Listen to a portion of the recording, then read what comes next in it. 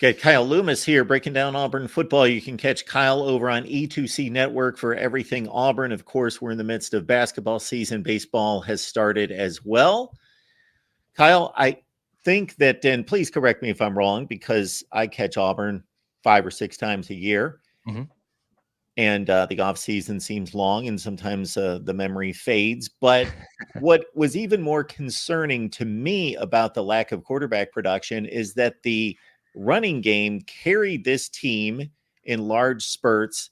And when that happens, that should open up things for the passing game. That should take some pressure, put people in the box, do all those things that create a balanced situation for the quarterback to succeed. And this team played the likes of Georgia and Alabama to the wire with little passing and able to carry it on the ground. And that didn't open up the passing game. So is the ground game going to be able to thrive coming up this year based on the personnel coming back and just based on probably having to, again, take that step forward to lead this offense?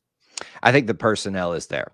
Jarquez Hunter is back. Last year had a bit of an off-season issue. We'll just leave it at that. That kept him out of the very first game and some other time as well. And it frankly kept him from getting off to a good start. He really, I can't remember what game it was at this point, but it took him a while to actually have one of those stereotypical Jarquez Hunter games where he is just running all over people, running over people, jumping over people. But I can distinctly remember that game in my mind, just not the team we were playing, where I just saw, okay, Jarquez is back. It took him a while to get there. You talk about Jarquez Hunter. You've also got names returning like Damari Alston, Brian Battie, and Jeremiah Cobb. A very similar situation here is kind of developed between the incumbent of sorts for the quarterback situation and the running back. So you got the Walker White versus Peyton Thorne dynamic in quarterback. You got the Jarquez versus Jeremiah Cobb dynamic. Jeremiah Cobb showed us that he's ready to compete at the college football level. Now, is he an every down back type of guy? I don't know. We'll see how the offseason treats him and how he treats himself during the offseason. What I know is the dude can run the football between the tackles, and boy, is he fast on the edges, where you saw him have some success a lot. So I think you're going to see Jeremiah Cobb have a little bit more time and a few more carries this year, but Jarquez Hunter is the guy. And there's a reason that he was pushing Tank Bigsby several seasons ago when he first arrived on the scene for time. It's because he's just an athletic freak of nature. At times, Auburn last year really kept themselves in the game with a running game. A lot of that was because of what Peyton Thorne especially was doing with his legs at the quarterback position too, opening up some opportunities there. But you're right. It didn't seem as the success that was being had by the running game didn't really open up the passing game as much as it seemed like. And so that's kind of like when we were talking about the quarterback situation, who can air the ball out the best. But keeping it about the running backs, the personnel is there. I'm really excited about this group.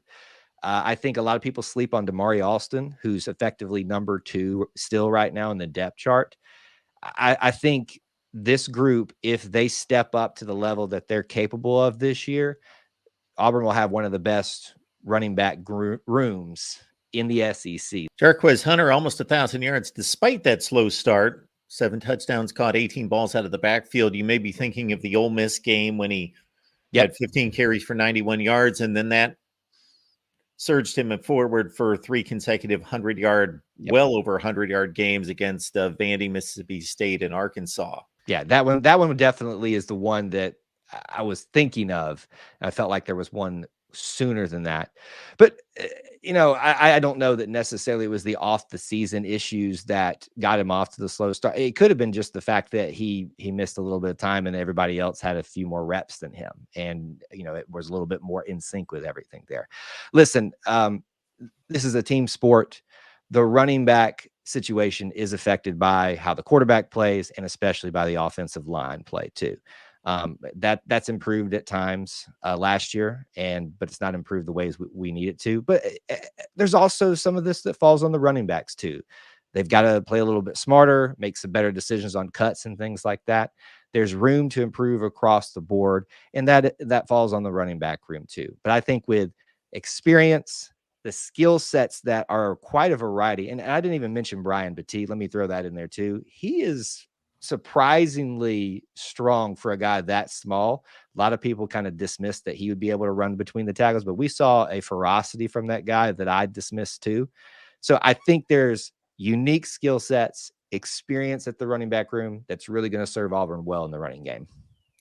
Kyle Loomis, E2C Network, for the complete Auburn experience there. We're in the middle of basketball season. March Madness is just about here, and of course, baseball as well.